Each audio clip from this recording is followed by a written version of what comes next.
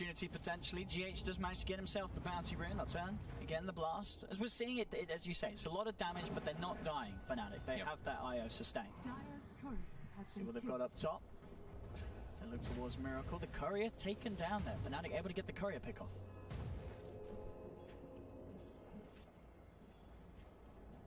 Did it die to just a tree? Did it try the Tiny? Did Tiny throw a tree at it? I was looking on bottom. I didn't quite catch it.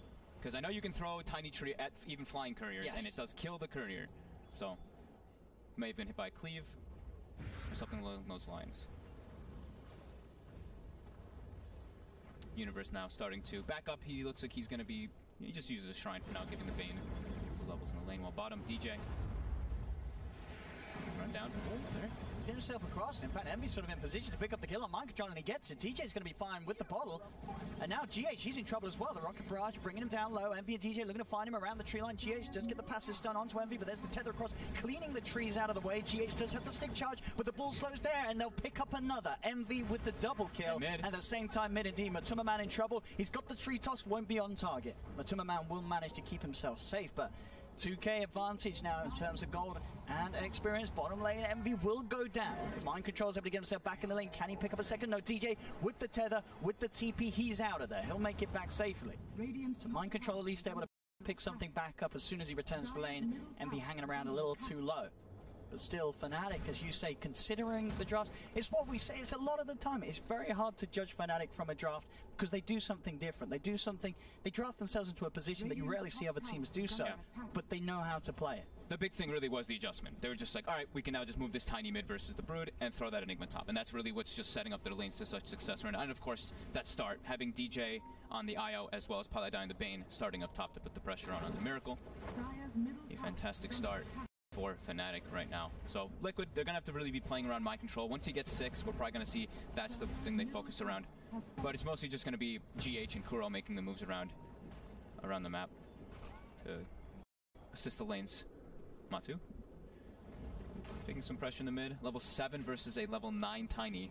Yeah, that absolutely crushed him. Top network. Matu. He nearly came back in and died. He was just jungling. Abed threw the tree blind.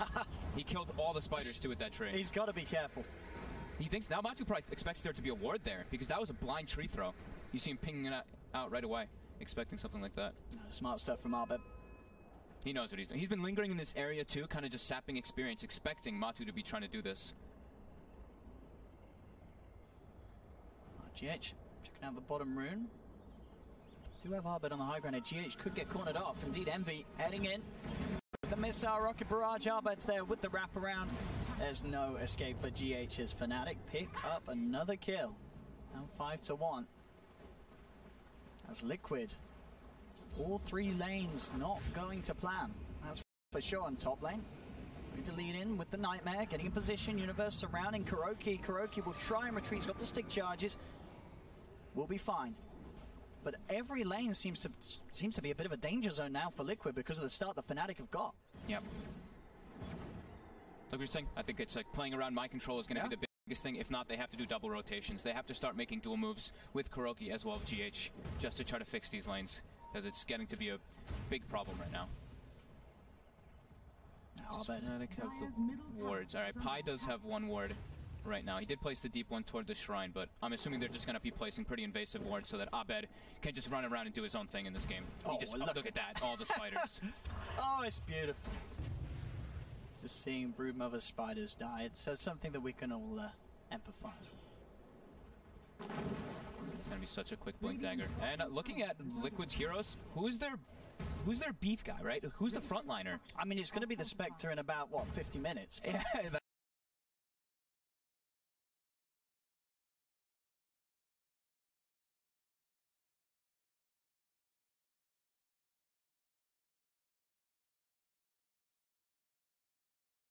that's the problem. That's the thing at the moment. This Tiny is going to be able to one-shot pretty much anybody on the map that he runs into, so they're going to have to adjust for that. They're going to have to get bracers, cloaks, and raindrops or something. And we do see Mind Control at least has that already. He's got the cloak, he's got the bracer, and the raindrop. So prepared for when Abed does get that early blink dagger. This sub-universe getting some heavy pressure onto the tier 1 tower of Liquid at this 10-minute mark. Something that In terms of damage, they managed to do half the damage on the bottom half of the map, Liquid, but this top tower certainly looking to be in the worst place as Fnatic really... Actually, I like that he went for the Dominator this game, because I know the rise of the Midas was starting to come back, but in this game he's going to be so good at pushing and in. look at this bottom. Arbed's coming in with the wraparound. GH trying for the TP out, but the Avalanche is there from Arbed, turning up at just the right time. Envy turns, holds his ground, slams GH in the face with a bullet. As Fnatic again, they're turning up. Game 1 of the international group stages for Fnatic. This first 10 minutes against Liquid. They've got to be feeling on a bit of a high right now. This is the way that you dream of starting your TI games. I mean, especially when you're playing with the lineup with an IO too. And against Liquid, last year's champions. Yeah, like they have this IO who now you get your urn started, you start building up those urn charges, and you can just keep your heroes on the map. You keep that presence going, you keep that pressure going. So we thought maybe Liquid with this Brood, with this Pugna, they can apply the pressure. Fnatic has gotten the lanes perfectly already. Yeah, 4K advantage, everything. Interesting to see that though, as you can see from the in-game win probability, it's still 49-51, very close between the two teams, obviously taking into account the previous games of both sides, I do believe, and of course sort of their win rates and such with specific heroes. So understandable that despite the fact that Liquid is behind, it's absolutely not over for them. We've seen Liquid, of course, many times come back from situations much worse than this one. As they're 4K behind, but they do have comeback heroes. You know, Spectre, good Haunt usage can certainly bring you back into the game very nicely. Kuro just gets brought down by quick brain tap and a Malphus, just some right clicks as well.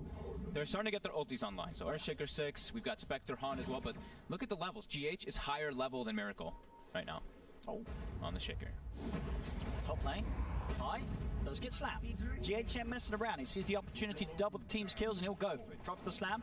Arbed is there. Does actually manage to get the kill with the cleave hit there off the back of GH, bringing down Miracle. Arbed.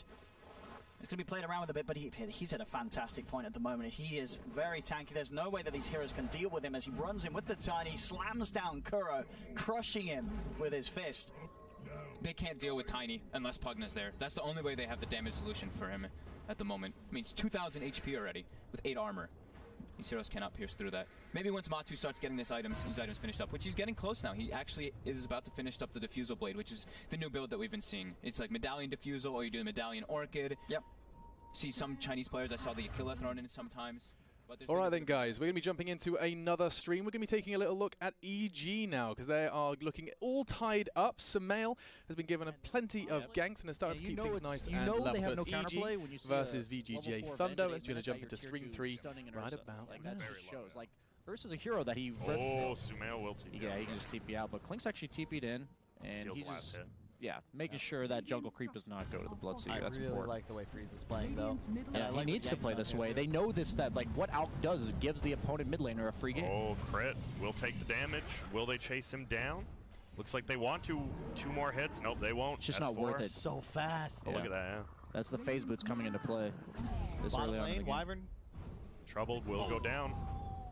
And level 6 Phoenix at 9 minutes, so despite the rough start, he has Tranquils already, which is really important against G. Knows that the opponent knows that, and they're going to counterplay it. Oh. That whole sequence, Wraith King is not level 6. Both EG supports are. The egg goes off. You're never winning a fight if the egg goes off. Whereas Wraith King, he dies first, but does it matter? And they ruptured an ulted Alk, so that doesn't matter. Oh, bottom lane. Oh, top. They're going to... Yeah, they took down Weaver. He went for the bounty rune. They had a sentry pre-planned with that smoke. That smoke was beautiful because they knew that...